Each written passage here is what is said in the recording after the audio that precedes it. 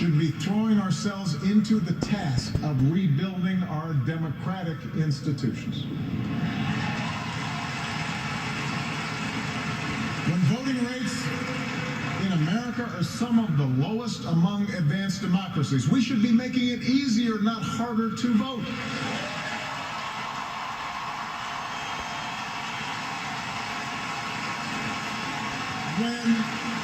When trust in our institutions is low,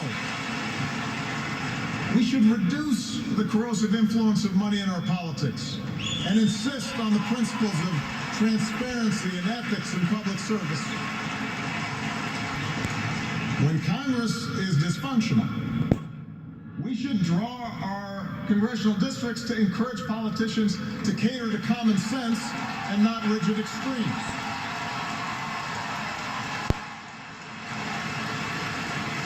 But remember, none of this happens on its own. All of this depends on our participation, on each of us accepting the responsibility of citizenship, regardless of which way the pendulum of power happens to be swinging. Our Constitution is a remarkable, beautiful gift. But it's really just a piece of parchment. It has no power on its own. We, the people, give it power. We, the people, give it meaning with our participation and with the choices that we make and the alliances that we forge. Whether or not we stand up for our freedoms, whether or not we respect and enforce the rule of law, that's up to us. America's no fragile thing, but the gains of our long journey to freedom are not assured. In his own farewell address, George Washington wrote that self-government is the underpinning of our safety, prosperity, and liberty. But from different causes and from different quarters, much pains will be taken to weaken in your minds the conviction of this truth. And so we have to preserve this truth with jealous anxiety that we should reject the first dawning of every attempt to alienate any portion of our country from the rest, or to enfeeble the sacred ties that make us one.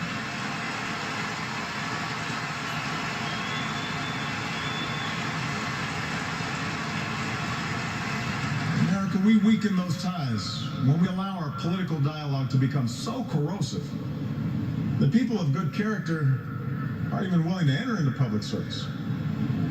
So coarse with rancor, the Americans with whom we disagree are seen not just as misguided, but as malevolent. We weaken those ties when we define some of us as more American than others. When we write off the whole system as inevitably corrupt. And when we sit back and blame the leaders we elect without examining our own role in electing them.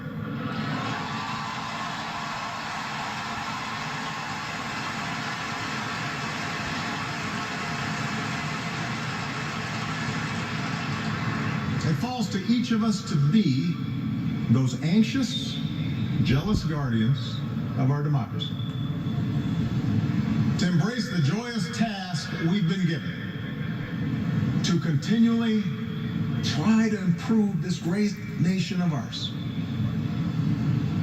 Because for all our outward differences, we in fact all share the same proud title. The most important office in a democracy. Citizen. Citizen.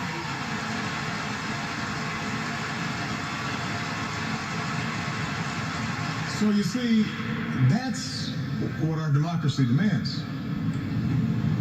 It needs you. Not just when there's an election, not just when your own narrow interest is at stake, but over the full span of a lifetime.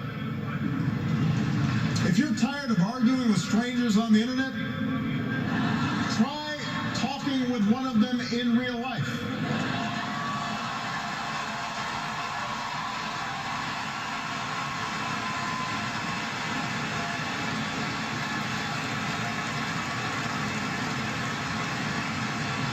If something needs fixing, then lace up your shoes and do some organizing.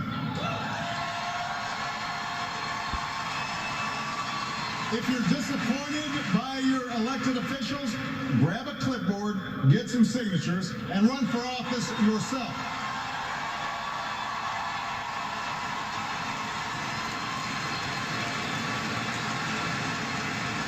Show up. Dive in. Stay at it. Sometimes you'll win. Sometimes you'll lose. Presuming a reservoir of goodness in other people, that can be a risk. And there will be times when the process will disappoint you. But for those of us fortunate enough to have been part of this work and to see it up close, let me tell you, it can energize and inspire. And more often than not, your faith in America and in Americans will be confirmed. Mine sure has been. Over the course of these 8 years, I've seen the hopeful faces of young graduates and our newest military officers. I have mourned with grieving families, searching for answers, and found grace in Charleston Church. I've seen our scientists help a paralyzed man regain his sense of touch. I've seen wounded warriors who at points were given up for dead walk again. I've seen our doctors and volunteers rebuild after earthquakes and stop pandemics in their tracks.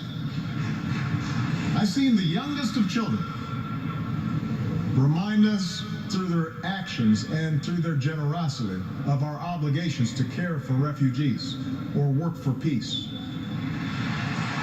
And above all, to look out for each other.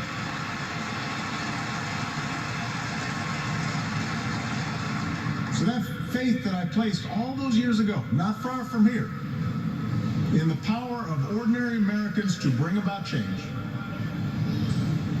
that faith has been rewarded in ways I could not have possibly imagined. And I hope your faith has too. Some of you here tonight or watching at home, you were there with us in 2004, in 2008, 2012.